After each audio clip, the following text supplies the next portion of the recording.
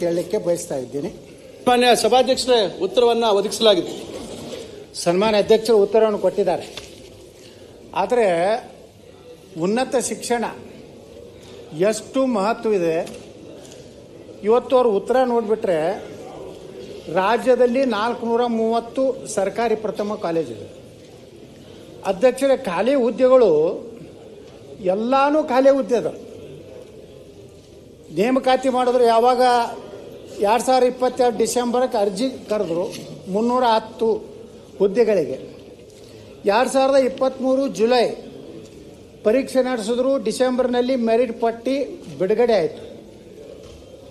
2024 March 5ಕ್ಕೆ ಅಂತಿಮ merit ಪಟ್ಟಿ. ಈಗ ನೀವು ಮೊನ್ನೆ ಅಲ್ಲಿಂದ ಅಧ್ಯಕ್ಷರೇ ಅಂತ ದುರಂತ ಅಂದರೆ ಈ ಮೆರಿಟ್ ಪಟ್ಟಿಯಲ್ಲಿರೋರು ಸಹ ಹಲವಾರು ಮಂದಿ ರಿಟೈರ್ಡ್ ಆದರು, ಅವ್ರಿಗೆ ಅಪಾಯಿಂಟ್ಮೆಂಟ್ ಸಿಗಲಿಲ್ಲ.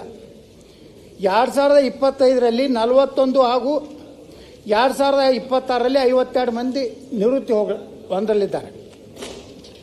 ಈಗ ನಡೀತಿರುವಂಥ ಕಾಲೇಜುಗಳು ಅತಿಥಿ ಉಪನ್ಯಾಸಕರನ್ನು ಮತ್ತು ಏನಕ್ಕೆ ಮೊದಲೇ ಕಡಿಮೆ ಸಂಖ್ಯೆಯಲ್ಲಿ ಪ್ರಾಧ್ಯಾಪಕರು, ಖಾಯಂ ಪ್ರಾಧ್ಯಾಪಕರಿದ್ದಾರೆ, ಅವ್ರನ್ನ ಸಹಿತ ಡೆಪ್ಯುಟೇಷನ್ ವಿಶೇಷ ಅಧಿಕಾರಿಗಳಾಗಿ ಇಂಥವ್ರನ್ನ ನೇಮಕ ಮಾಡಬಾರ್ದಂತ ಹೈಕೋರ್ಟ್ ಭಾಳ ಕ್ಲಿಯರ್ ಆಗಿ ಜಜ್ಮೆಂಟ್ ಕೊಟ್ಟಿದೆ ಅಧ್ಯಕ್ಷರೇ. ಇಲ್ಲಿ ಹೈಕೋರ್ಟ್ ಏನು ಹೇಳ್ತದೆ ಮತ್ತು ಸರ್ಕಾರದ ಗೆಜೆಟ್ನಲ್ಲೂ ಹೇಳಿದ್ದಾರೆ, as an ad hoc or temporary arrangement even if such eligible professors were required to discharge such services as the registrar.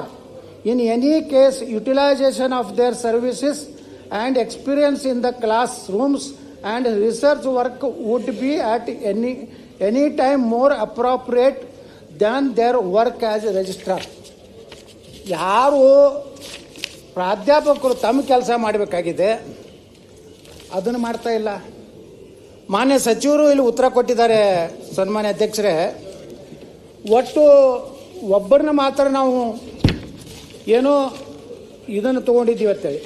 ಆದರೆ ನನ್ನ ಮೇಲಿರುವಂಥ ಮಾಹಿತಿ ಪ್ರಕಾರ ಸುಮಾರು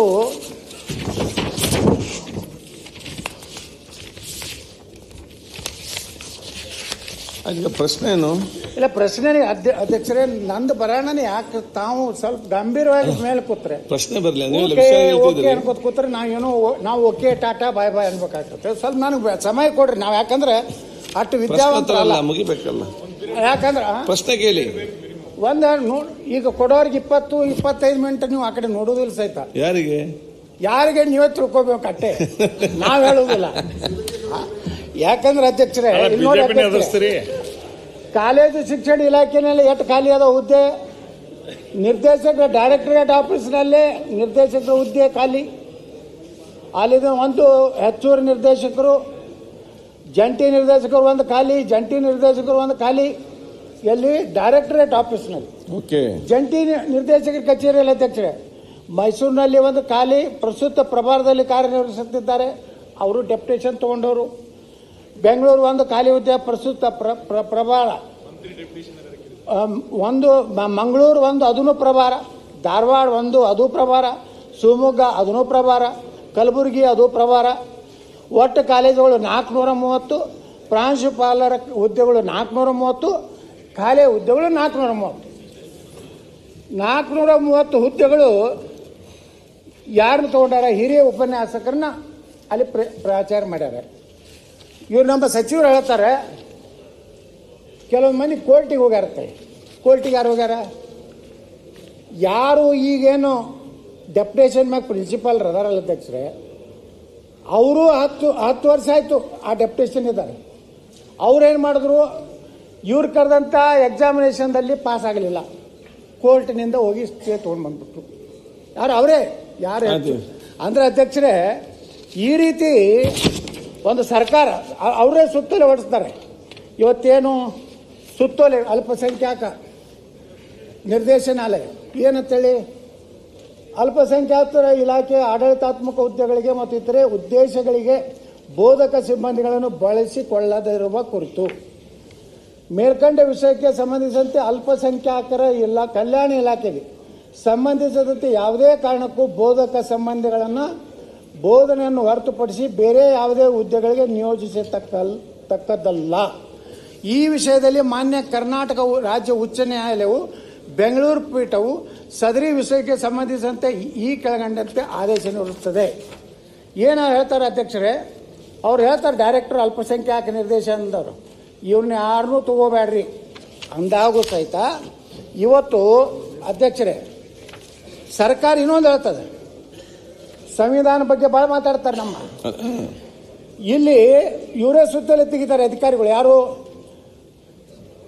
ಸರ್ಕಾರಿ ಪದವಿ ಪೂರ್ವ ಕಾಲೇಜುಗಳ ಉಪನ್ಯಾಸಕರು ಹಾಗೂ ಪ್ರಾಥಮಿಕ ಶಾಲಾ ಮತ್ತು ಪ್ರೌಢಶಾಲಾ ಶಿಕ್ಷಕರುಗಳನ್ನು ಬೋಧಕೇತರ ಕಾರ್ಯಗಳಿಗಾಗಿ ಬೇರೆ ಬೇರೆ ಕಚೇರಿಗಳಿಗೆ ನಿಯೋಜಿಸುವುದರಿಂದ ಶಾಲಾ ಕಾಲೇಜುಗಳಲ್ಲಿ ಮಕ್ಕಳ ವಿದ್ಯಾಭ್ಯಾಸಕ್ಕೆ ತುಂಬಲಾರದ ನಷ್ಟ ಆಗುತ್ತದೆ, ವಿದ್ಯಾರ್ಥಿಗಳ ಸಂವಿಧಾನಾತ್ಮಕ ಹಕ್ಕಿಗೆ ಧಕ್ಕೆ ಉಂಟಾಗುತ್ತದೆ ಎಂಬ ಕಾರಣದಿಂದ ಈ ಬಗ್ಗೆ ಹಲವಾರು ಸರ್ಕಾರದ ಆದೇಶ ಮತ್ತು ಸುತ್ತೋಲೆಗಳನ್ನು ಹೊರಡಿಸಿ ಉಪನ್ಯಾಸಕರು ಶಿಕ್ಷಕರ ನಿಯೋಜನೆಯನ್ನು ನಿಷೇಧಿಸಲಾಗಿದೆ.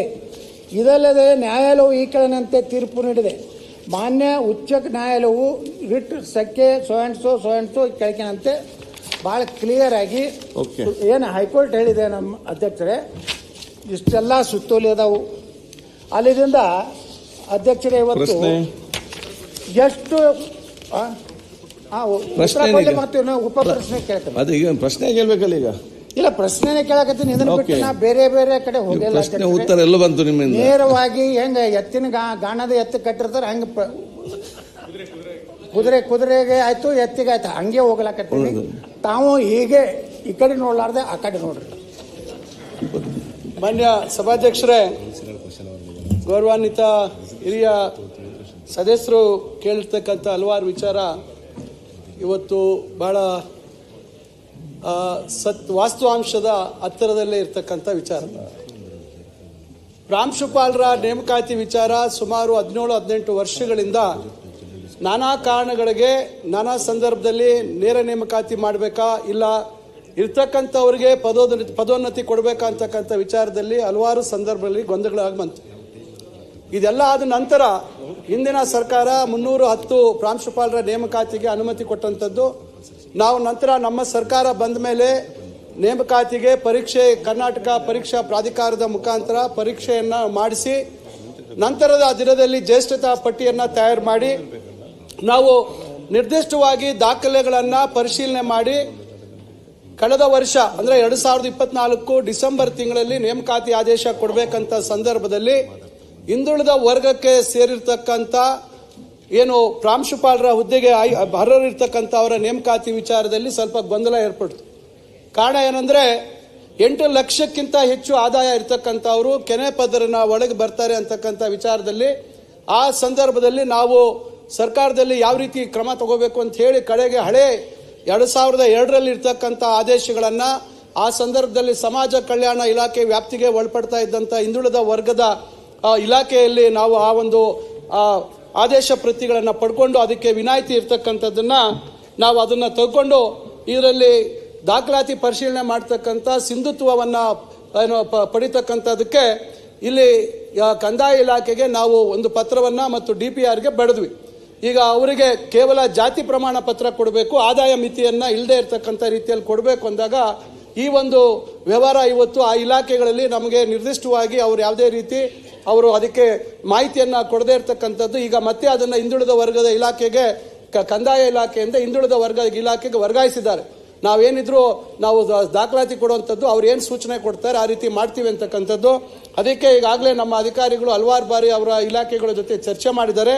ನಾನು ಕೂಡ ಈಗ ಅದನ್ನು ಬೇಗ ಆದಷ್ಟು ತ್ವರಿತವಾಗಿ ಈಗ ಅದನ್ನು ಸಂಬಂಧಪಟ್ಟ ಎಲ್ಲ ಇಲಾಖೆಗಳ ಜೊತೆ ಸಭೆಯನ್ನು ಮಾಡಿ ಬೇಗ ಇದಕ್ಕೆ ಈ ಸಮಸ್ಯೆಗೆ ಪರಿಹಾರ ಕಂಡುಕೊಂಡು ಸಿಂಧುತ್ವವನ್ನು ಮಾಡಿ ನಾವು ಆದಷ್ಟು ಶೀಘ್ರದಲ್ಲೇ ನೇಮಕಾತಿ ಮಾಡ್ತಕ್ಕಂಥ ಒಂದು ಕೆಲಸ ಮಾಡ್ತೀವಿ ಅಂತಕ್ಕಂಥದ್ದನ್ನು ಹೇಳ್ತಾ ಇದ್ದೀನಿ. ಗೌರವಾನ್ವಿತ ಸದಸ್ಯರು ಹೇಳಿದಾಗೆ ಈಗ ಬೋಧಕರ ಸಂಖ್ಯೆ ಕಮ್ಮಿ ಇದೆ, ಬೇರೆ ಬೇರೆ ಇಲಾಖೆಗೆ ಹೋಗ್ತಾ ಇದ್ದಾರೆ ಅಂತಕ್ಕಂಥದ್ದು ಈಗ ಹಿಂದಿನಿಂದ ಬಂದಿದೆ. ಈಗ ಹಿಂದಿನ ಹಳೆ ಏನೋ ಸಚಿವರಾಗಿದ್ದಂಥವರು ಇಲ್ಲಿದ್ದಾರೆ. ಹಿಂದೆ ಈಗ ಇಲ್ಲಿ ನಮ್ಮಲ್ಲಿ ವಿವಿಧ ಘಟಕಗಳಿದ್ದಾವೆ. ನಮ್ಮ ಹೈಯರ್ ಎಜುಕೇಷನ್ ಕೌನ್ಸಿಲ್ ಇದೆ, UECMS ಇದೆ. ಅಲ್ಲಿ ಕೆಲವರು ನಾವು ಬೋಧಕರನ್ನು ಅಲ್ಲಿ ತರ್ತಕ್ಕಂಥದ್ದಕ್ಕೆ ಅಲ್ಲಿ ವಿಶೇಷ ಕೆಲಸಗಳನ್ನು ಮಾಡೋಂಥದ್ದಕ್ಕೆ ತೆಗೆದುಕೊಂಡಿದ್ದೀವಿ. ಬೇರೆ ಬೇರೆ ಪೋಸ್ಟ್ಗಳು ಖಾಲಿ ಇದ್ದಾವೆ ಅಂತ ಹೇಳಿದರೆ ಅದು ಎಲ್ಲ ಕಡೆ ಇವತ್ತು ಖಾಲಿ ಇರ್ತಕ್ಕಂಥದ್ದು ರಾಜ್ಯದಲ್ಲಿ ಇದೆ. ಆದರೆ ಈಗ ಇತ್ತೀಚೆಗೆ ಮಾನ್ಯ ಮುಖ್ಯಮಂತ್ರಿಗಳು ನಮ್ಮ ಆಯವ್ಯಯದಲ್ಲಿ 2,000 ಹುದ್ದೆಗಳನ್ನು ಬೋಧಕರ ನಮ್ಮ ತಾಂತ್ರಿಕ ಮತ್ತು ನಮ್ಮ ಕಾಲೇಜ್ ಶಿಕ್ಷಣ ಇಲಾಖೆಗೆ ತುಂಬತಕ್ಕಂಥದ್ದಕ್ಕೆ ಅವಕಾಶ ಕೊಟ್ಟಿದ್ದಾರೆ. ಈಗ ಅದರಲ್ಲೂ ನಾವು ಮಾಡ್ತಕ್ಕಂಥದ್ದು. ಆದರೆ ಒಂದು ವಿಚಾರ ಏನಾಗಿದೆ, ನಾನು ಭಾಳಷ್ಟು ಜನ ಶಾಸಕರು ಮತ್ತು ನಮ್ಮ ಮಂತ್ರಿ ಸ್ನೇಹಿತರಿಗೆ ಕೆಟ್ಟವನಾಗ್ಬಿಟ್ಟಿದ್ದೀನಿ. ಈಗೇನು ನಮ್ಮ ಹಿಂದಿನ ಸಚಿವರು ಒಂದು ಕೌನ್ಸಿಲಿಂಗ್ ಪದ್ಧತಿಯನ್ನು ತಂದಿದ್ರು, ಅದನ್ನು ನಾವು ಮುಂದುವರಿಸ್ತಾ ಇದ್ದೀವಿ. ಟ್ರಾನ್ಸ್ಫರ್ ವಿಚಾರದಲ್ಲಿ ಕೌನ್ಸಿಲಿಂಗ್ ಪದ್ಧತಿಯನ್ನು, ಅದರಲ್ಲಿ ಭಾಳಷ್ಟು ಸಮಸ್ಯೆಗಳನ್ನು ತಂದು ನಮ್ಮ ಮುಂದೆ ಇಡ್ತಾರೆ. ಆರೋಗ್ಯದ ಸಮಸ್ಯೆಗಳನ್ನು ತರ್ತಾರೆ. ಅದಕ್ಕೂ 1% ಅವಕಾಶ ಇತ್ತು. ಅದರಲ್ಲಿ ಆಗದೆ ಇರತಕ್ಕಂಥವ್ರು ಕೂಡ ಬಂದು ಅವರಿಗೆ ಆ ಥರ ಸಮಸ್ಯೆ ಇದೆ, ನೀವು ಅವ್ರು ಡೆಪ್ಯುಟೇಷನ್ ಕೊಡಿ, ಮತ್ತೊಂದು ಕೊಡಿ ಅಂತ. ನಾನು ಭಾಳಷ್ಟು ಅದಕ್ಕೆ ನನ್ನ ಒಂದೇ ಆದಂಥ ಒಂದು ಸ್ಪಷ್ಟವಾದಂಥ ಅವರ ಒಂದು ಇದನ್ನು ನಾನು ಇಲ್ಲ ಆಗ್ಲಿಕ್ಕೆ ಕಷ್ಟ ಇದೆ. ನಮಗೆ ಭಾಳಷ್ಟು ಕಾಲೇಜುಗಳಲ್ಲಿ ಒಂದಿಬ್ಬರು ಕೂಡ ರೆಗ್ಯುಲರ್ ಸ್ಟಾಫ್ ಫ್ಯಾಕಲ್ಟಿ ಇಲ್ಲ, ಎಲ್ಲರೂ ಅತಿಥಿ ಉಪನ್ಯಾಸಕರು ಆಗ್ತಾರೆ ಅಂತಕ್ಕಂಥದ್ದನ್ನು ನಾನು ಅವ್ರ ಗಮನ ತಂದಿದ್ದೀನಿ. ಕೆಲವರು ಬೇರೆ ಇಲಾಖೆಗೆ ನಮ್ಮನ್ನು ಇದು ಕೊಡಿ, ಓವಡಿ ಕೊಡಿ, ಮತ್ತೊಂದು ಕೊಡಿ ಅಂತಕ್ಕಂಥ ಒತ್ತಡಗಳು ಭಾಳಷ್ಟು ಇದೆ ಸರ್. ಯಾಕಂದರೆ ನಿಮಗೂ ನಮ್ಮ ಪರಿಸ್ಥಿತಿನ ಅರ್ಥ ಮಾಡ್ಕೋಬೇಕು. ತಾವು ಕೂಡ ಜಾಗದಲ್ಲಿದ್ದರೆ ಗೊತ್ತಾಗುತ್ತೆ. ನಾನಂತೂ ಭಾಳ ಕೆಲವರು ನಿನ್ನ ಹತ್ರ ಏನು ಬಂದು ಕೇಳಿದ್ರು ಇಲ್ಲ ಅಂತ ಹೇಳ್ತೀಯ ಅಂತಕ್ಕಂಥದ್ದು ಇದೆ. ನಮ್ಮ ಸದಸ್ಯರು ಹೇಳ್ತಾ ಇರ್ತಕ್ಕಂಥದ್ದು ಭಾಳ ಸೂಕ್ಷ್ಮವಾದಂಥ ವಿಚಾರ. ಅದರಿಂದ ಇವೆಲ್ಲ ಒತ್ತಡಗಳ ನಡುವೆ ಕೂಡ ನಾವು ಇದಕ್ಕೊಂದು ಶಿಕ್ಷಣಕ್ಕೆ ಹೆಚ್ಚು ಆದ್ಯತೆ ಕೊಡಬೇಕು. ಬೋಧಕರು ಇವತ್ತು UGC ಸ್ಕೇಲ್ ತೆಗೆದುಕೊಳ್ತಾರೆ, ಬೋಧನೆ ಕೆಲಸ ಮಾಡಬೇಕು, ಅದು ಬಿಟ್ಟು ಬೇರೆ ಕೆಲಸ ಮಾಡಬಾರ್ದು ಅಂತಕ್ಕಂಥದ್ದಕ್ಕೆ ನಮ್ಮ ಶಕ್ತಿ ಮೀರಿ ಇವತ್ತು ಅದು ತಡೀತಕ್ಕಂಥ ಕೆಲಸ ಮಾಡಿದ್ದೀವಿ. ಅದರಿಂದ ಅವ್ರು ಹೇಳ್ತಾ ಇರ್ತಕ್ಕಂಥ ವಿಚಾರ ಪ್ರಮುಖವಾಗಿರ್ತಕ್ಕಂಥದ್ದು ಪ್ರಾಂಶುಪಾಲರ ನೇಮಕಾತಿ. ಅದನ್ನು ಆದಷ್ಟು ತ್ವರಿತವಾಗಿ ಆ ಸಮಸ್ಯೆಯನ್ನು ಬಗೆಹರಿಸಿ ನಾವು ಮಾಡ್ತಕ್ಕಂಥ ಕೆಲಸವನ್ನು ಮಾಡ್ತೀವಿ. ಗೌರವಾನ್ವಿತ ಅಧ್ಯಕ್ಷ, ಎಲ್ಲ ಪ್ರಶ್ನೆ ಉತ್ತರ ಮಾನ್ಯ ಸಚಿವರು ಹೇಳಿದ್ರು. ನನ್ನ ಈ ಪ್ರಶ್ನೆಗೆ ಎಷ್ಟು ಜನರನ್ನ ಪ್ರಾಂಶುಪಾಲರನ್ನ ಬೇರೆ ಇಲಾಖೆಗೆ ತೊಗೊಂಡಿರುತ್ತೇಳಿ. ಇವರು ಒಬ್ಬರ ಯಾವುದೋ ಮೈಸೂರದ್ದು ಡಾಕ್ಟರ್ ರವಿ ಕನ್ನಡ ಸಹ ಪ್ರಾಧ್ಯಾಪಕರು ಇವರನ್ನು ಸರ್ಕಾರದ ಇದಕ್ಕೆ ತಗೊಂಡಿವಿ ಅಂತೇಳಿ ಹೇಳಿದ್ದಾರೆ.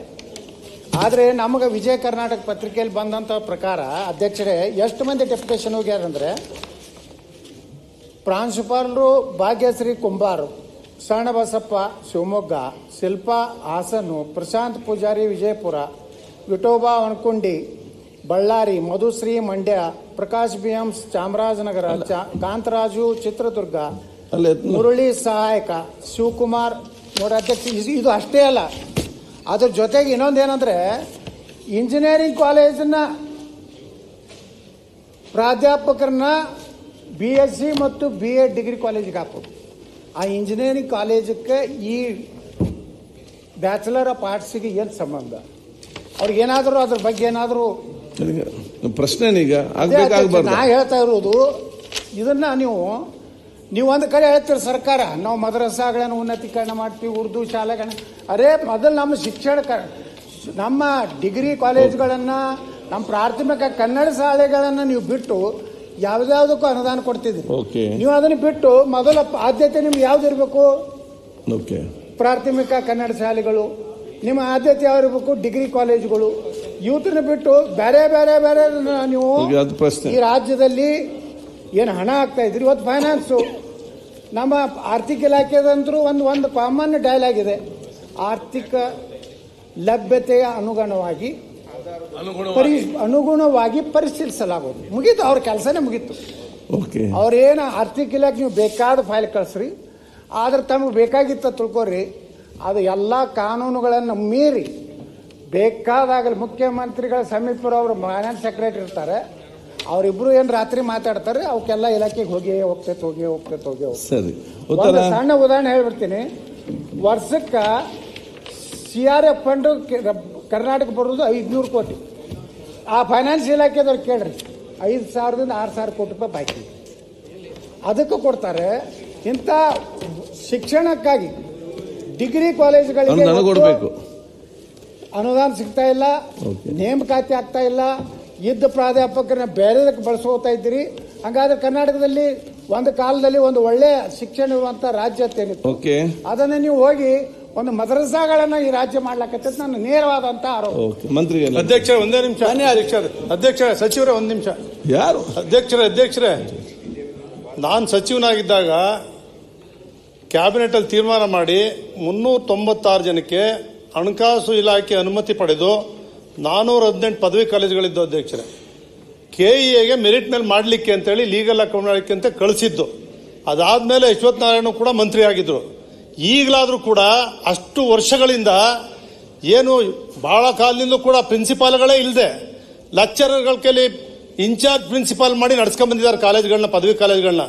ದಯಮಾಡಿ ನೆಕ್ಸ್ಟ್ ದಿವಸದಲ್ಲಿ ಇದನ್ನ ಮಾಡ್ತೀರಿ ಅಂತಕ್ಕಂಥ ಒಂದು ಅಶ್ಯೂರೆನ್ಸ್ ಅನ್ನ ಮಂತ್ರಿಗಳು ಕೊಡಬೇಕು ಅಂತ ಹೇಳಿ ದಯಮಾಡಿ ತಮ್ಮ ಮೂಲಕ ಮನವಿ ಮಾಡ್ತೇನೆ ಅಧ್ಯಕ್ಷ. ನಿರ್ದಿಷ್ಟವಾಗಿ ಹೇಳಿ ಬಿಡು. ಮಾನ್ಯ ಅಧ್ಯಕ್ಷರೇ, ಈಗ ಗೌರವಾನ್ವಿತ ಯತ್ನಾಳ್ ಸಾಹೇಬರು ಪ್ರಶ್ನೆ ಒಂದು ಬಹಳ ಬಹು ಮುಖ್ಯವಾಗಿರ್ತಕ್ಕಂಥದ್ದು. ಆದ್ರೆ ಬೇರೆ ಬೇರೆದು ಅವರು ಮನಸ್ಸಿನಲ್ಲಿ ಇರುವಂತದ್ದು ಹೇಳ್ಬೇಕು ಅಂತ ಹೇಳಿದರೆ ಬಹುಶಃ ಅವ್ರು ಬೇರೆ ಸಂದರ್ಭದಲ್ಲಿ ಅದ್ರ ಬಗ್ಗೆ ಇದಕ್ಕೆ ಸಂಬಂಧಪಟ್ಟಂತೆ ಅವ್ರು ಹೇಳ್ತಾ ಇರ್ತಕ್ಕಂಥದ್ದು ಈ ಡೆಪ್ಯುಟೇಷನ್ ವಿಚಾರದಲ್ಲಿ ಹಿಂದೆ ಕೂಡ ಸರ್ಕಾರದಲ್ಲಿ ಮಾಡಿದ್ರು. ನಾವು ಮೊನ್ನೆ ಸುಮಾರು ಜನರನ್ನ ನಾವೆಲ್ಲ ಕ್ಯಾನ್ಸಲ್ ಮಾಡಿದ್ವಿ. ಸಚಿವರೇ, ಡೆಪ್ಯುಟೇಷನ್ ತಪ್ಪಬೇಕು ಅಂದ್ರೆ ಅಪಾಯಿಂಟ್ ಮಾಡಬೇಕು, ಮಾಡಿ ಉತ್ತರ ಕೊಡ್ಲಿ, ಉತ್ತರ ಬರಲಿ. ಈಗ 1242 ಜನ ಸಹಾಯಕ ಪ್ರಾಧ್ಯಾಪಕರದ್ದು ನೇಮಕಾತಿ ಪ್ರಕ್ರಿಯೆ ಎಲ್ಲ ತಮಗೂ ಗೊತ್ತಿದೆ. 2021ರಲ್ಲಿ ನೋಟಿಫಿಕೇಶನ್ ಆಗಿರ್ತಕ್ಕಂಥದ್ದು. ನಾವು ಕಳೆದ ವರ್ಷ ಒಂದೇ ದಿವಸ ಕೌನ್ಸಿಲಿಂಗ್ ಮಾಡಿ ಅದೇ ರಾತ್ರಿ ನೇಮಕಾತಿ ಆದೇಶವನ್ನು ಕೊಟ್ಟಿದ್ದೀರಿ. ಇಡೀ ಉನ್ನತ ಶಿಕ್ಷಣ ಇಲಾಖೆ ಚರಿತ್ರೆಯಲ್ಲಿ ಯಾರೂ ಮಾಡಿಲ್ಲ. ಒಂದೇ ದಿವಸ ಆನ್ಲೈನ್ ಕೌನ್ಸಿಲಿಂಗ್ ಮಾಡಿ ಅಪಾಯಿಂಟ್ಮೆಂಟ್ ಕೊಡ್ತಕ್ಕಂಥ ಕೆಲಸ ಮಾಡಿದ್ದೀವಿ. ಅದಕ್ಕೆ ಗೊಂದಲಕ್ಕೆ ಕಾರಣ ಯಾರು? ಹಿಂದಿನ ಸರ್ಕಾರದಲ್ಲಿ ಹೈದರಾಬಾದ್ ಕರ್ನಾಟಕಕ್ಕೆ ಸಂಬಂಧಪಟ್ಟಂತ ವಿಚಾರದಲ್ಲಿ ಅವರು ಹೊರಡಿಸಿದಂತ notification final draft merit list ಆದ ಮೇಲೆ ಹೊರಡಿಸಿದಂತ ವಿಚಾರದಲ್ಲಿ ಇವತ್ತು ಎಲ್ಲಿ KIT ಇರ್ಬೋದು, ಹೈಕೋರ್ಟ್ ಇರ್ಬೋದು, ಇವೆಲ್ಲ ಸಮಸ್ಯೆ ಉದ್ಭವ ಆಯಿತು. ಇವೆಲ್ಲದರ ನಡುವೆ ನಾವು ಬಹಳ ಪ್ರಾಮಾಣಿಕವಾಗಿ ಅದನ್ನೆಲ್ಲ ಪರಿಹರಿಸಿ ನಾವು ಇನ್ನು ಹೈದರಾಬಾದ್ ಕರ್ನಾಟಕದ ನೇಮಕಾತಿ ಆಗದೆ ಇರತಕ್ಕಂಥ ಸಹಾಯಕ ಪ್ರಾಧ್ಯಾಪಕರದ್ದು ಇನ್ನು ಕೋರ್ಟಲ್ಲಿ ಪೆಂಡಿಂಗ್ ಇದೆ. ಅದನ್ನು ಹೊರತುಪಡಿಸಿ ಉಳಿದಂಥವರಿಗೆ ನೇಮಕಾತಿ ಮಾಡುವಂಥ ಕೆಲಸ ಮಾಡಿದ್ದೀವಿ. ಏನೇನು ಗೊಂದಲಗಳು ಸೃಷ್ಟಿಯಾಗಿತ್ತು ಹಿಂದೆ ಅವನ್ನೆಲ್ಲ ನಿವಾರಿಸಿಕೊಂಡು ಇವತ್ತು ನಾವು ಒಂದು ಹಂತಕ್ಕೆ ತಂದಿದ್ದೀವಿ. ಸನ್ಮಾನ್ಯ GT ದೇವೇಗೌಡರು ಹಿರಿಯರು ಹೇಳಿದ್ದಾರೆ, ನಾವೀಗ ಇದೊಂದೇ ನಮಗೆ ಸಮಸ್ಯೆ ಇರ್ತಕ್ಕಂಥದ್ದು ಕೆನೆ ಪದರದ್ದು. ಆ ಕೆನೆ ಪದರದನ್ನ ನಾವು ಆದಷ್ಟು ತ್ವರಿತವಾಗಿ ಮಾಡ್ತೀವಿ. ಇನ್ನೆಲ್ಲ ರೆಡಿ ಇದೆ ನಮ್ಮ ಹತ್ರ, ಪ್ರತಿಯೊಂದು ನಮ್ಮ ಹತ್ರ ಇದೆ. ಅದು ಆಗುತ್ತೆ ಕೂಡಲೇ ಅವ್ರ ಹತ್ರ ಸಿಂಧುತ್ವ ತಗೊಂಡು ನಾವು ನೇಮಕಾತಿಯನ್ನ ಮಾಡ್ತಕ್ಕಂಥದ್ದಕ್ಕೆ ನಾವು ಬದ್ಧವಾಗಿದ್ದೀವಿ. ನೀವೇನು ಕಳಕಳಿಯನ್ನ ವ್ಯಕ್ತಪಡಿಸಿದ್ವಿ ಖಂಡಿತ ಅದು ಒಪ್ತೀನಿ. ಅಷ್ಟೇ ಕಳಕಳಿ ನಮ್ಮ ಸರ್ಕಾರಕ್ಕಿದೆ. ಅದನ್ನ ಮಾಡ್ತಕ್ಕಂಥ ಬದ್ಧತೆ ಮತ್ತು ಅದರ ಪ್ರಾಮಾಣಿಕವಾಗಿ ಸಮಸ್ಯೆಗಳನ್ನ ನಿವಾರಣೆ ಮಾಡಿ ಖಂಡಿತ ಮಾಡ್ತೀವಿ. ಅಧ್ಯಕ್ಷರೇ, ಈ ಪ್ರಾಧ್ಯಾಪಕರನ್ನ ಬೇರೆ ಬೇರೆ ಇಲಾಖೆಗೆ ನೀವು ಡೆಪ್ಯುಟೇಷನ್ ಕೊಟ್ಟಿರಿ, ಅದನ್ನು ವಾಪಸ್ ಯಾವಾಗ ತಗೋತೀರಿ? ಇದೊಂದು ಕೆಟ್ಟ ಚಾಳಿ ಬೆಳೆದ್ಬಿಟ್ಟಿದೆ ಸರ್ಕಾರದಲ್ಲಿ. ಪೊಲೀಸ್ ಇನ್ಸ್ಪೆಕ್ಟರ್ಗಳನ್ನ ಸಬ್ ರಿಜಿಸ್ಟ್ರಿಗೆ ನೇಮಿಸೋದು, ಅಲ್ಲಿಂದ ಏನು ಪಶುವೈದ್ಯಕೀಯ ಡಾಕ್ಟರ್ಗಳನ್ನ ತಾಲೂಕಾ ಡೆವಲಪ್ಮೆಂಟ್ EO ಅಂತೇಳಿ ನೇಮಿಸೋದು. ಹಾಗಾದ್ರೆ ಸರ್ಕಾರದಲ್ಲಿ ಶಿಕ್ಷಣಕ್ಕೇನು ಮಹತ್ವನೇ ಇಲ್ವಾ? ಏನು ಬೇಕಾದಂಗೆ ಮಾಡಿದ್ರೆ ನಡೀತದ?